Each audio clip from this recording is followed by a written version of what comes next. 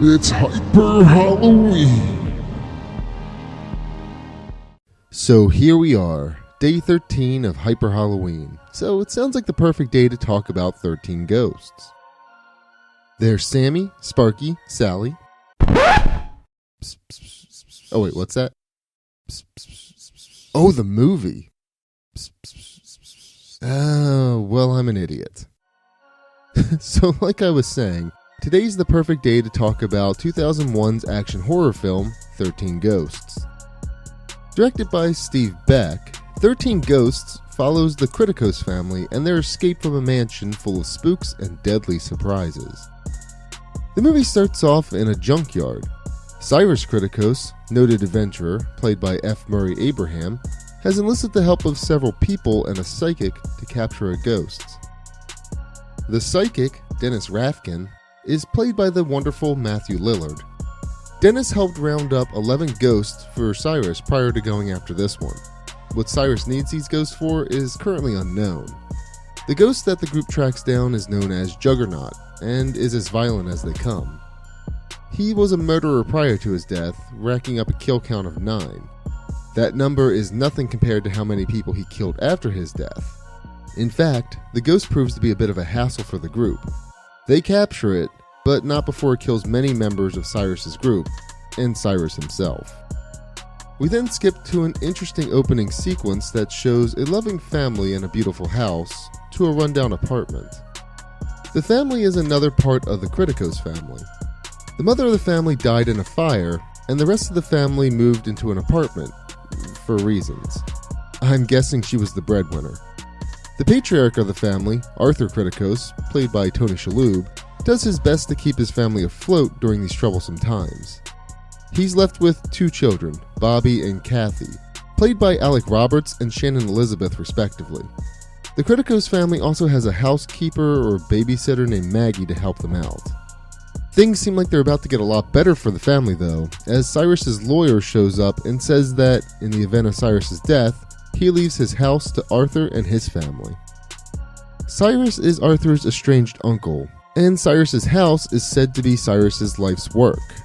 He supposedly spent the entire family fortune on that house. I mean, I get that. I'm a homeowner as well. In any case, the Kritikos family, along with Maggie, decides to take the house and start their lives over. Cyrus's house is a sight to be seen. It's definitely one of the ugliest things I've ever seen, that's for sure.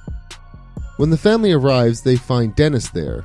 He's disguised as an electrician and is trying to gain access to the house to A, see what Cyrus was up to before he died, and B, find the money that Cyrus promised him.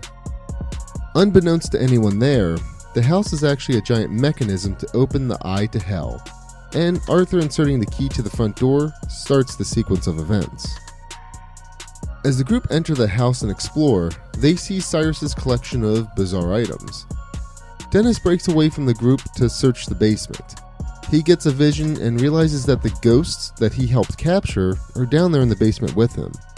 He dons his special ghost-seeing glasses and realizes that the ghosts are contained within containment cubes. Dennis tries to warn Arthur that his family is in trouble. Arthur doesn't believe this at first, but soon starts to believe as ghosts are released from their containment cubes and terrorize him and his family. For instance, Kathy is in a bathroom preparing to get a bath, but one of the ghosts is in there as well. We get a really cool shot of the camera passing through a pair of special ghost-seeing spectacles, so we know there's a ghost there, but Kathy doesn't. I normally wait to discuss inconsistencies with the film, but I figured I would mention this now since I'm talking about the scene. The ghosts in the movie seem to have inconsistent powers and/or abilities to interact with the cast. We see Juggernaut throwing people through cars earlier in the film, but the ghost sitting in the bathtub isn't able to attack Kathy even though she slashes her with a knife. I'm guessing because Kathy has main character status that she isn't touched, but it still seems like a bit of an inconsistency to me. In any case, the rest of the movie plays out pretty similarly. The house shifts around to get into its final configuration to open the eye to hell, and more ghosts are released in that process. The ghosts chase after the Kritikos family and Dennis. There's also a ghost activist, Kalina, that comes into the house to attempt to free all the ghosts. Kalina also has the Arcanum with her. It's a book that describes making a machine that can see into the future. Cyrus's house is that machine. The group eventually regroups in a safe zone located in the house, and that's when they discuss the various ghosts that fill the house. There are 12 in all that range from relatively harmless to sadistic murderers.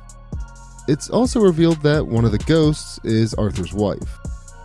The machine requires the strength of these specific spirits to power it up to open up the eye to hell.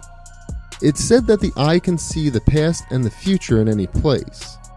This whole process can be stopped though if a 13th ghost is used. That ghost has to be the result of a willing human sacrifice. So if that's the case, it would make sense that Cyrus wouldn't include something like this to potentially sabotage his plans, right? Well, he does. And Arthur's kids are used as bait later on in the film for this purpose. Speaking of Cyrus, we also see that he's in the house as well. And here comes the plot twist. Cyrus didn't actually die in the beginning of the movie, and he faked his death to lure Arthur to the house. It's also revealed that Selena was working with Cyrus and is apparently his lover. At least he shows compassion for her for a moment before he ultimately kills her. He then summons the ghosts to their desired spots to start the machine. It's also revealed that Arthur's kids are in the middle of the device.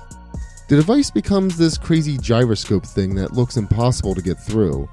Arthur considers sacrificing himself, but then he notices Cyrus off in the distance. Arthur goes after Cyrus, and Cyrus reveals that Arthur needs to become the 13th ghost in order for the machine to actually work, making it clear that Zelena lied to get Arthur to sacrifice himself for Cyrus's end goal. Maggie messes with the device, which breaks the spell and releases the ghosts. The ghosts then go after Cyrus and throw him into the gyroscope/spinning machinery, and he's torn apart. I forgot to mention that there are some other casualties in the movie as well, namely that Dennis dies by the hands of one of the ghosts. Dennis's ghost appears after Cyrus dies and reassures Arthur that he can make the jump to save his kids.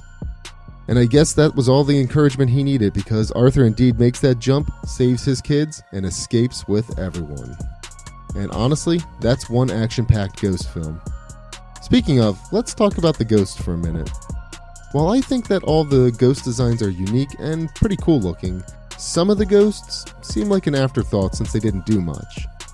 There were some odd ones like the torso and the bound woman that couldn't do much, but then there were ones that just stood around and stared menacingly at the protagonists. It's just a letdown to see such interesting designs that, well, don't do anything.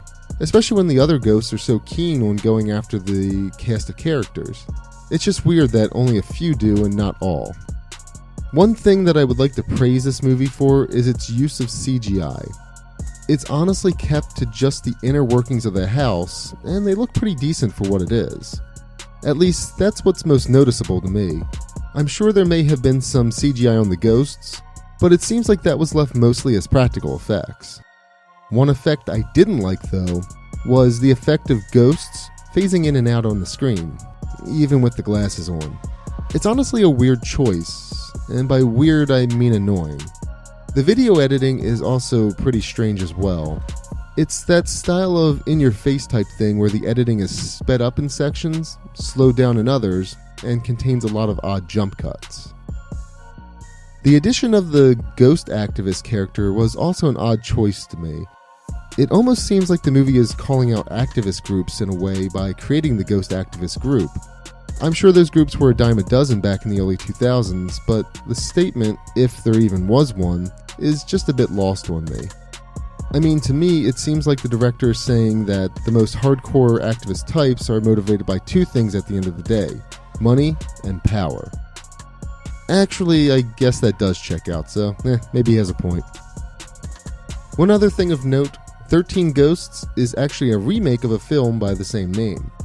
The original film was written and produced by William Castle, a director, writer, producer, actor who is well known for producing very good B-movies. Another one of his films, House on Haunted Hill, got the remake treatment around the same time as 13 Ghosts. The original B-horror films were known for having unique gimmicks that would actively keep the audience engaged with the film. The gimmick that Castle used for his version of 13 Ghosts was essentially Anaglyph 3D. While that isn't necessarily unique, the way Castle implemented it was.